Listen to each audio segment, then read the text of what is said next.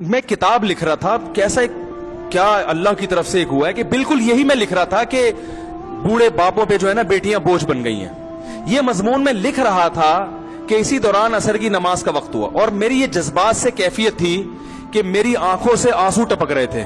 یعنی یہ جو میں نے کتاب لکھی ہے نا، یہ کوئی عیاشی کی کتاب نہیں ہے، جو حالات میں دیکھ رہا تھا. اور میں جب وہ لکھ رہا تھا تو وہ آنکھوں سے آنسو ٹپک کے نا وہ جو سیاہی ہے وہ پھیل رہی تھی صفحے پر، مجھے لکھنے میں دشواری ہو رہی تھی، ایسا جذباتی ہوا تھا میں اس وقت. نماز پڑھ کے میں واپس گھر کی طرف آ رہا ہوں تو ایک بوڑھے میاں نے راستے میں روک لیا. ان کو کیا پتا میں اس ٹاپک پہ لکھ رہا ہوں. انہوں نے کہا بیٹے میری 6 بیٹیاں ہیں، میں زندگی میری عذاب میں آ گئی ہے. ایسے بوڑھے آدمی کے زبان بھی ان کی لڑکھڑا رہی تھی، بولا نہیں جا رہا تھا. کہہ رہے یار رشتے تلاش کرتے کرتے اب ایک رشتہ ملا ہے بڑی بیٹی دوسری بیٹی کے لیے، بڑی سے جو چھوٹی ہے. تو وہ کہہ رہے ہیں جہیز بھی میں نے انتظام کر لیا، مکان پہ میں نے برائے فروخت کی تختی بھی لگا دی ہے کہ یہ بھی بیچ کے میں جہیز اور جو بھی انتظامات کروں گا.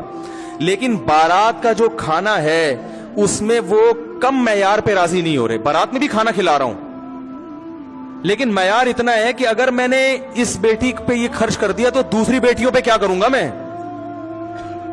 اس بیچارے کی جو کنڈیشن تھی نا، خدا کی قسم میرا دل چاہ رہا تھا کہ میں چیخے مار مار کے روؤں،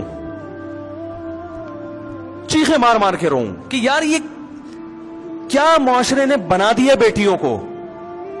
تو مجھے آ گیا غصہ. میں نے کہا کہ آپ کا جو یہ بے شرم داماد ہے یہ نہیں دیکھ رہا آپ کی غربت. تو انہوں نے کہا بیٹا اس کے پاس لڑکیوں کی کمی بولو بھائی نہیں ہے. کہتے ہیں میں نے بڑی بیٹی کے معاملے میں یہ کیا تھا، جہیز بھی سب کچھ، بارات میں کھانا تھوڑا سا کم، یعنی ایک سنگل ڈش صرف بریانی ہو جائے گی بھائی، کیوں میری جیب اجازت نہیں دے رہی تھی. تو رشتہ ٹوٹ گیا تھا اس بیس پہ. لڑکے والوں نے کہا تھا کہ ہم جب آئیں گے اور 1 ڈش ہوگی تو میرے دوستوں میں میرا معیار گر جائے گا، لوگ کہیں گے کہ میں کسی غریبوں سے شادی کر لی ہے.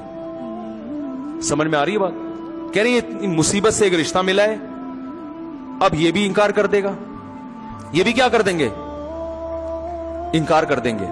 تو پھر جیسے بڑی بیٹی بیٹھی ہوئی ہے اس کی تو عمر اتنی ہو گئی، اب اس کے رشتے کا امید ہی نہیں ہے، تو اس کا بھی کہہ رہے باقیوں کا کیا کروں گا میں. تو میں نے ان سے کہا، تو یہ میں بڑا جذباتی ہو گیا تھا نا اس وقت. پھر میں نے واپسی پہ یہ واقعہ بھی اپنی کتاب میں لکھا ہے، میری کتاب میں یہ واقعہ بھی آپ کو ملے گا جو اسی وقت لکھا پھر میں نے لا کے، اور پورا یہ بتایا کہ میں ابھی واقعہ لکھ کر گیا ہوں اور نماز پڑھ کے بالکل اسی سے ملتا جلتا واقعہ ہو.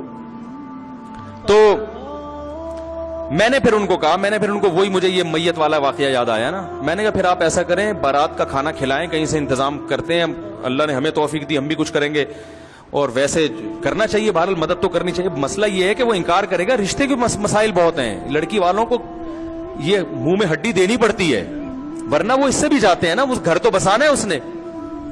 تو مجھے وہ کہنے لگے کہ کیا کروں. میں نے کہا پھر آپ ایسا کریں، میں ایک دم جذباتی ہو گیا، میں نے کہا آپ ایسا کریں رشتے کا انکار تو آپ نہ کریں، کیونکہ یہ جیسا بھی ہے نہ ہونے سے بہرحال بہتر ہے، ورنہ بیٹی کو کہاں آپ لے کے جائیں گے، وہ تو پھر خراب ہو جائے گی معاملہ اس کا. اور آپ کی عمر 60-62 سال عمر ہے، تو اللہ نہ کرے کل موت واقع ہو جاتی ہے تو 6 بیٹیاں بیچاری کیا کریں گی.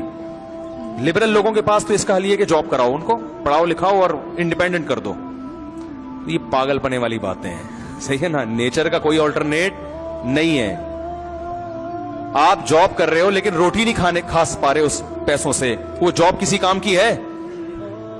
کیونکہ روٹی آپ کی باڈی کی ریکوائرمنٹ ہے. تو اسی طرح میرے بھائی آپ کروڑ پتی بن جائیں، لڑکی کے پاس شوہر نہ ہو جو اس کی فزیکل ریکوائرمنٹ بھی ہے اور اس کی مینٹلی بھی اس کو جو ہے وہ اس کو سپورٹ کرے گی، یہ چیزیں نہ ہو تو آپ کے پاس قارون کا خزانہ بھی ہو وہ اس کا آلٹرنیٹ نہیں ہو سکتا.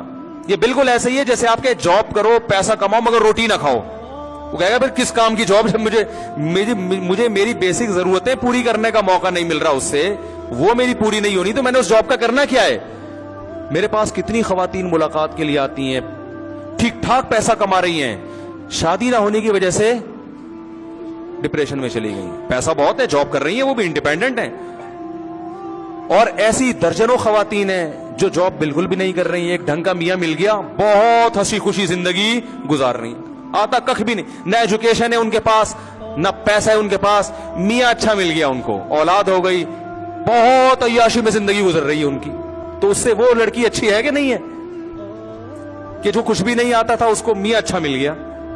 تو اس لیے عورت کی پہلی ضرورت ہے اس کے لیے اچھے میوں کا انتظام کرو, صحیح ہے نا, باقی چیزیں بعد میں ہیں.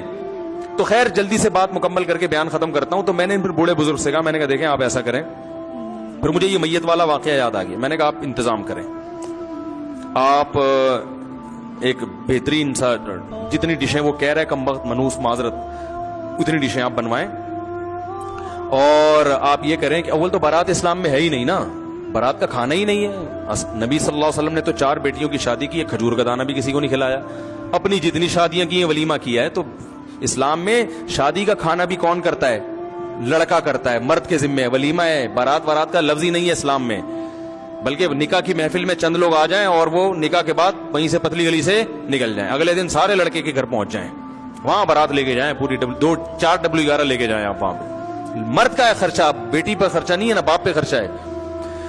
لیکن اب وہ نہیں کرتے تو رشتہ ٹوٹتا. پھر کہتے ہیں اگر اسی طرح چلی گئی تو ساری زندگی تانے دے دے کے مار دیں گے, تیرے باپ نے کھلایا کیا ہمیں. وہ پھر سسرال میں بچی پہ ظلم ہوتا ہے. میں نے کہا پھر آپ ایسا کریں, آپ تمبو شمبو کا انتظام کریں اور پھر وہاں بہترین کھانا وانا پکوائیں, قرضے لے لے کے, مکان بیچ کے, اور جب کھانا شروع ہونے والا ہو, صحیح ہے نا, جیسے ہی لوگوں کے منہ میں نوالا, اور آپ کے جو ہونے والا داماد ہے اس کے منہ میں جیسے ہی وہ لقمہ جانے لگے, آپ ایک دم کیا کریں, اسٹاپ, لوگوں تھوڑی دیر کے لیے رک جاؤ. لوگ بولیں گے کیا ہو گیا بھائی, مسئلہ کیا ہے, کوئی کھانے میں خدا نہ خدا زہر ملا دیا ہے, کیا ہو گیا ہے. تو آپ بتائیں بھائی مسئلہ یہ ہے کہ ہمارے نبی سے زیادہ سخی دنیا میں کوئی نہیں ہو سکتا. انہوں نے تو 4 بیٹیوں کی شادی کی, ایک کھجور کا دانہ بھی نہیں کھلایا. یہ تو ہندوؤں سے بارات کی رسم آئی ہے, ہم تو مسلمان ہیں. اب بتاؤ جس آدمی کے 6 بیٹیاں ہوں, وہ ایک بیٹی پہ 2.5-3 لاکھ کے کھانے کھلا کے تو پوری پراپرٹی تو گئی, اور ایک دن میں اڑا دی اس نے. مہمان آئے, بوٹیاں کھا کے چلے گئے, 1 ہفتے بعد ان کو یاد بھی نہیں رہتا کہ دعوت میں کس نے کیا کھلایا تھا. تو یہ جو بیڑا غرق کیا جا رہا ہے بوڑھے باپوں کا, بیٹیوں کے بے شرم داماد جو بیڑا غرق کر رہے ہیں, کیا یہ سمجھ میں آنے والی بات ہے؟ تو سب میں نے کہا جیسے ابراہیم علیہ السلام نے کہا تھا نا, انہوں نے پوچھا تھا کہ یہ ہمارے بتوں کا حشر نشر کس نے کیا, تو ابراہیم علیہ السلام نے فوراً کہہ دیا یہ بڑے والے نے کیا ہے. تو فوراً ان کے ایک دم ان کی جو کیفیت ہوئی, انہوں نے کہا یار ہم تو بڑی بیوقوف ہیں کہ ایسے کی عبادت کر رہے ہیں جو یہ بتا ہی نہیں سکتا کہ ہمیں مارا کس نے. ابراہیم علیہ السلام نے کہا ان سے پوچھ لو کس نے مارا ہے. تو ان کے دل میں آیا اُفِّل لکم, یعنی ان کے دل میں فوراً کیا آیا کہ قرآن کہتا ہے ان کے دل میں فوراً احساس ندامت ہوا کہ یار یہ تو یعنی ہم ایسوں کی عبادت کر رہے ہیں جو اپنے قاتل کا پتہ نہیں بتا سکتے کہ ہمیں کس نے مارا, کس نے ہمارے ساتھ یہ ظلم کیا. جو یہ نہیں کر سکتا ہماری مدد کہاں سے کرے گا. تو میں نے کہا جب آپ ان کو بولیں گے کہ بھائی یہ جو میں نے سارا انتظام کیا ہے قرضے لے کے کیا ہے, اور کل تمہارے بھی بیٹیاں ہوں گی, اور یہ اگر بچیوں کے باپوں پہ یہ تم ظلم کرو گے تو بتاؤ کیا یہ ظلم کی شریعت اجازت دیتی ہے؟ جس رسول کا تم کلمہ پڑھتے ہو انہوں نے اجازت دی ہے, یا یہ کوئی عقل میں آتا ہے؟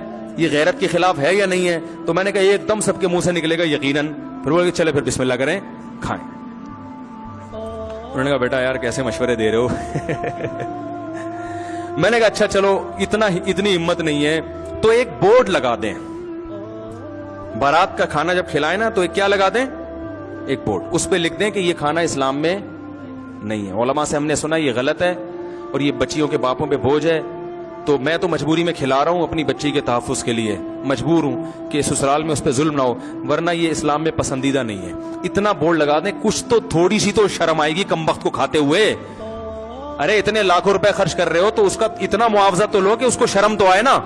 تو انہوں نے یہ مجھ سے وعدہ کیا کہ میں کچھ تھوڑا بہت, زیادہ تو کہہ رہے گاڑا نہیں کہ پھڈا نہ ہو جائے, تھوڑا سا لکھ کے انشاءاللہ لگاؤں گا.